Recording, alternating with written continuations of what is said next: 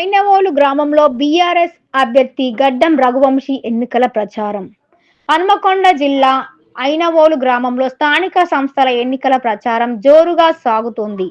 BRS party బలపరిచిన సర్పంచ్ అభ్యర్థి గడ్డం రఘువంశీ గ్రామంలోని ప్రతి వాడ, ప్రతి ఇంటిని సందర్శిస్తూ ప్రచారాన్ని విస్తృతంగా నిర్వహిస్తున్నారు. తన ప్రచారంలో భాగంగా రఘువంశీ బీఆర్ఎస్ ప్రభుత్వం అమలు చేసిన అమ్మఒడి అభివృద్ధి పథకాలు, సంక్షేమ కార్యక్రమాల గురించి ప్రజలకు వివరించారు. గత సంవత్సరాల్లో ప్రభుత్వం చేపట్టిన అభివృద్ధి పనులను స్పష్టంగా వివరించి వాటిని కొనసాగించాలంటే బీఆర్ఎస్ కు మద్దతు అవసరమని గ్రామస్తులను కోరారు. తాను విద్యావంతుడిగా గ్రామానికి సేవ చేయాలనే లక్ష్యంతో సర్పంచ్ అభ్యర్థిగా నిలబడ్డానని రఘువంశీ తెలిపారు. గ్రామ అభివృద్ధి కోసం పూర్తి స్థాయిలో కృషి చేయడానికి సిద్ధంగా ఉన్నానని హామీ ఇచ్చారు.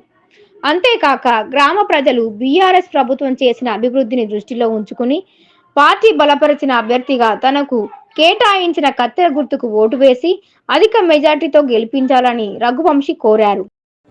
అందరికీ నమస్కారం. నా పేరు గడ్డం రఘువంశీ గారు. ఐనవోల్ బీఆర్ఎస్ పార్టీ బలపరిచిన సర్పంచ్ అభ్యర్థిగా మీ ముందుకు వస్తున్నాను.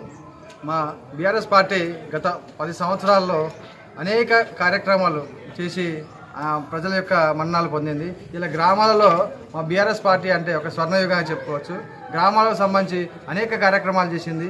మిషన్ భగీరథ, మిషన్ కాకతీయ, దాంతోపాటు వితంతులకు, వృద్ధులకు 2000 రూపాయల పింఛన్లు, అదేవిధంగా మన ప్రతి ఇంటికి నల్ల నీరు, ప్రతి ఇంటికి. ఎందుకంటే ఇంతమందుకు కాంగ్రెస్ గవర్నమెంట్లో మా బోరింగ్ల కాడ బోరింగ్లు కొట్టుకుంటూ నెత్తి మీద బిందెలు పెట్టుకొని తిరిగేది. మా కేసీఆర్ వచ్చిన తర్వాత ఇంటింటికి నల్ల నీరు తీసుకొచ్చి వాళ్ళ యొక్క బాధను తీర్చిండు. దాంతోపాటు రైతు బంధు, కళ్యాణ లక్ష్మి, రైతు బీమా, కేసీఆర్ కిట్టు, ఇలా చెప్పుకుంటూ పోతే అనేక విధాలుగా ప్రతి గ్రామ పంచాయతీకి మా కేసీఆర్ ఇలా ట్రాక్టర్ ఇచ్చిండు. కానీ ప్రస్తుతం కాంగ్రెస్ గవర్నమెంట్ 2 సంవత్సరాల పాలన ఏంటంటే చిమ్మ చికెట్లు నిలకబడినాయి. కనీసం గ్రామ పంచాయతీల కనీసం శుద్ధ కూడా పోదామని శుద్ధ లేదు. అదేవిధంగా గ్రామ పంచాయతీలకు వాళ్ళకు జీతాలు కూడా ఇవ్వట్లేదు. 3-4 నెలల నుంచి వాళ్ళ కార్మికులకు జీతాలు లేక వాళ్ళు అస్తవ్యస్తంగా వాళ్ళ పరిస్థితి బాగాలేదు. అదేవిధంగా గ్రామాల్లో పారిశుద్ధ్యం లోపించింది. ఆరోగ్యం ప్రజలకు ఏంటంటే కనీసం విష జ్వరాలు వర్షాకాలం వచ్చినప్పుడు కనీసం గ్రామాలలో డాక్టర్లను పెట్టే స్తోమత కూడా గవర్నమెంట్కు లేకుండా పోయింది. అదేవిధంగా ప్రభుత్వ స్కూళ్ళు అయితే కాంగ్రెస్ గవర్నమెంట్లో మొత్తం మూతపడే పరిస్థితి వచ్చింది. కేసీఆర్ ఉన్నప్పుడు మా మోడల్ స్కూల్స్ అని, కస్తూర్బా అని చెప్పేసి అనేక విధాలుగా స్కూల్స్ పెట్టిళ్ళు. కానీ కాంగ్రెస్ గవర్నమెంట్లో వీటిని పట్టించుకుని మొదలు పెట్టేసి పట్టించుకునే పాపన లేదు. ప్రైవేట్ స్కూళ్ళకు ప్రాధాన్యం ఇస్తున్నారు. గవర్నమెంట్ స్కూళ్ళను మొత్తమే పట్టించుకోకుండా అయిపోతుంది. ఇలా ఒక గతంలో మా ఊళ్ళో 1000 మంది స్టూడెంట్స్ ఉండేది. కనీసం ఇప్పుడు ఈ ప్రస్తుతం ఏంటంటే 50 మంది కూడా లేరు.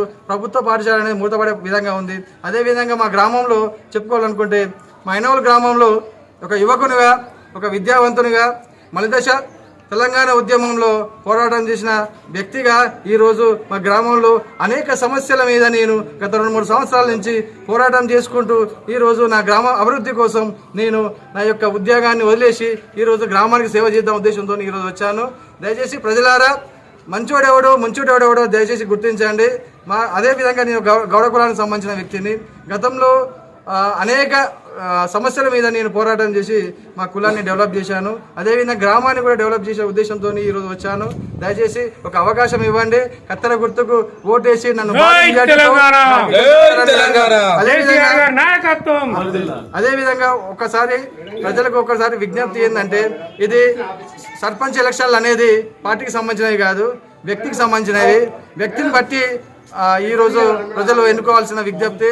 నాకు ఎలాంటి భూ కబ్జా ఆరోపణలు లేవు, ఇలాంటి నేర చరిత్ర లేదు, ఇలాంటి సెటిల్మెంట్లు లేవు, ఇలాంటి దందాలు లేవు, ఇలాంటి లిక్కర్ స్కామ్లు లేవు. నా వ్యక్తిగతంగా మంచితనంతో నేను ప్రజల ముందుకు వస్తున్నాను. దయచేసి ప్రజలందరూ గమనించగలరు. ఆ వ్యక్తిని చూసి ఈరోజు గెలిపించాలని చెప్పేసి మరొకసారి విజ్ఞప్తి చేస్తూ నా కత్తెర గుర్తుకు ఓటేసి భారీ మెజార్టీతో గెలిపించాలని విజ్ఞప్తి చేస్తున్నాను. మరొక విషయం ఏంటంటే, ఈరోజు ఏంటంటే అధికార పార్టీ బలంతో ఏమవుతుందంటే నాతో తిరిగేటోళ్ళందరికీ బ్లాక్మెయిల్ చేసుకుంటూ వాళ్ళని భయభ్రాంతులకు గురి చేసుకుంటూ ఈరోజు ఏంటంటే